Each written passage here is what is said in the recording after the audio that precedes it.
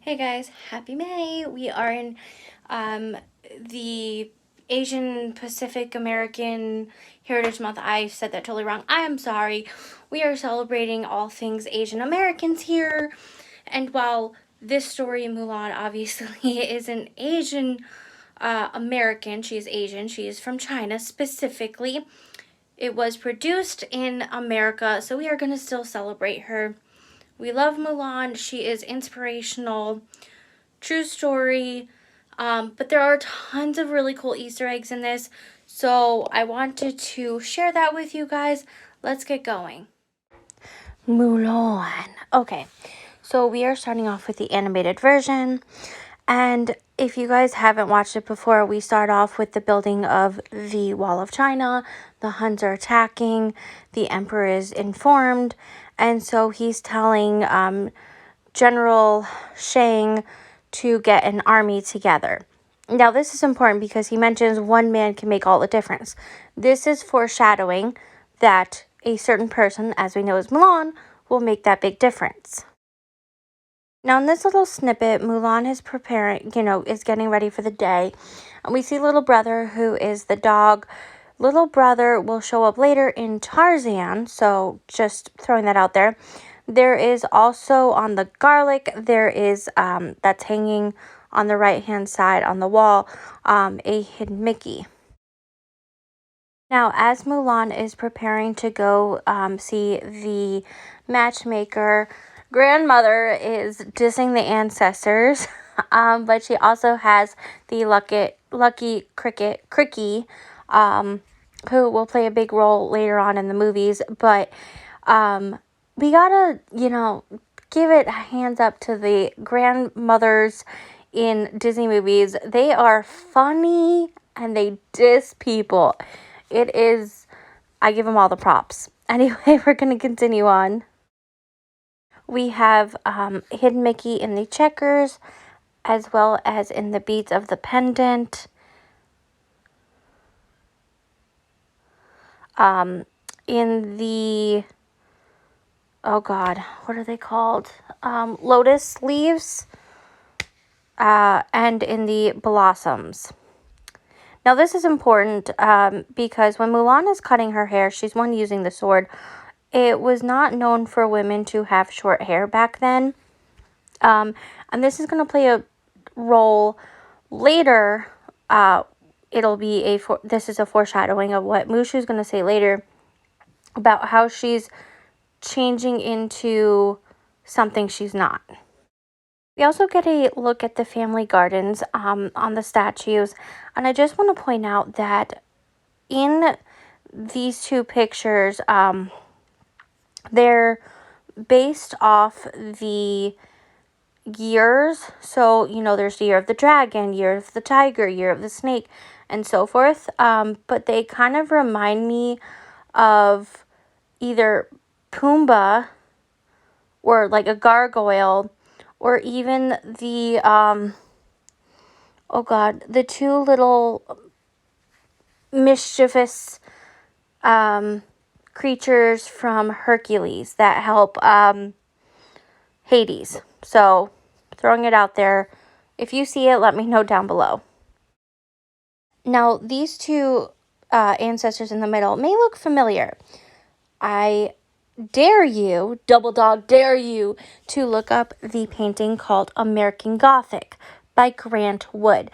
This was painted in 1930, and this is what inspired these two ancestors, this farming couple. It's a very famous, well-known painting.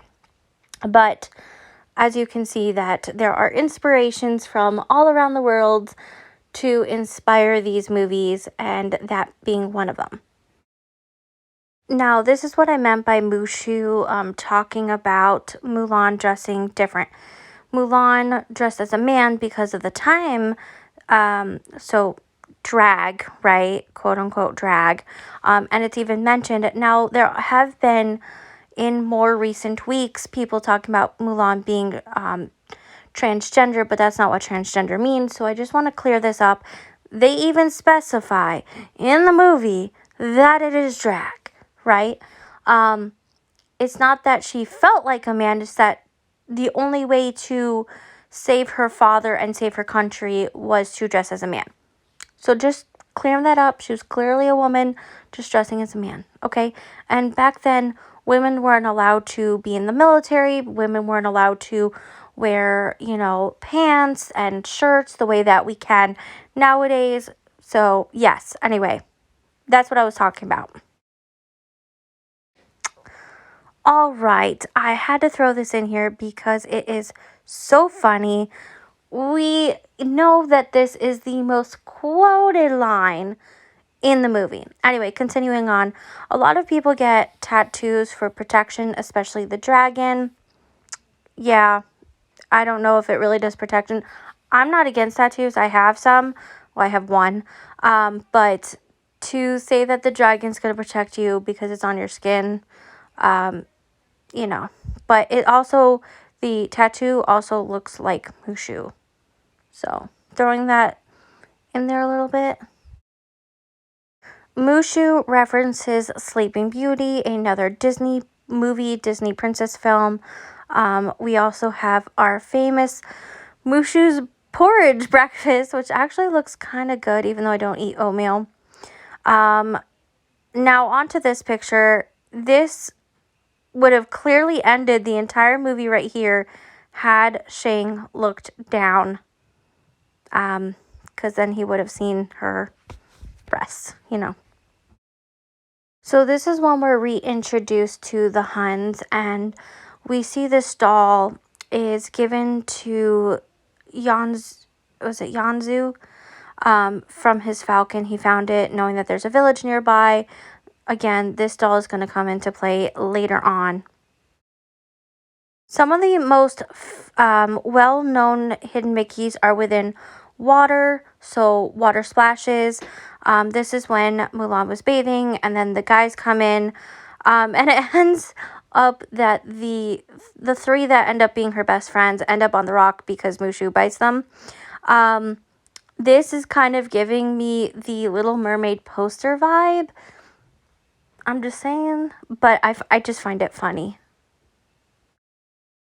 During the song and during this scene, we have these photos. This is going to be a foreshadowing not only to the Mulan 2, which was a straight-to-video movie, but also to later in the film. Then this is back where we have the doll. They find it. They realize that the village is burned and Li Shang's father was killed. You'll also notice that on Li Shang's horse and in the footprints, you'll see some hidden Mickeys. On the horse, it's on both sides and on his butt, near the head and on the butt. So just laying that out. We also have Mushu telling Cricky that he's a lucky bug. Of course, he's known as a lucky bug. So these two guys are actually modeled off of Tony Barrowcraft and Barry Cook, who are the directors, the animation directors of this movie. And this was one of the first movies where the directors use themselves in the movies as inspiration. They do show up again later, so we'll see a closer look of them. But the other movies that they ended up directing later, they were also modeled in. So it's kind of fun to find these Easter eggs. What do you guys think? Remember the song with the three best friends? Yeah, this is what I was talking about. The colors and them also dressing up in drag to help save the emperor. And then we have the fried chicken. This, I don't know why. Every time I look at this part, it reminds me of Iago from Aladdin. Was it the second or the third movie? It was one of those. Guys, remind me down below which one it was, where this also happened. So, putting that out there. Here is a closer look of Tony Barrowcraft and Barry Cook's characters in Mulan. And then, of course, we have the Emperor basically honoring Mulan as a princess in this scene. And then it ends up with Grandma being kind of upset at first, like, she didn't even bring home a man, she won the war. But of course, Li Shang comes to the rescue, and she's like, okay, sign me up. And she asks him to stay for dinner, and then it leads into an engagement later on. Anyway, they start partying, and yes, that is the end. If you guys want more, please go check out my book. That would be helpful. You can also like, subscribe, share, and comment down below to help the algorithm.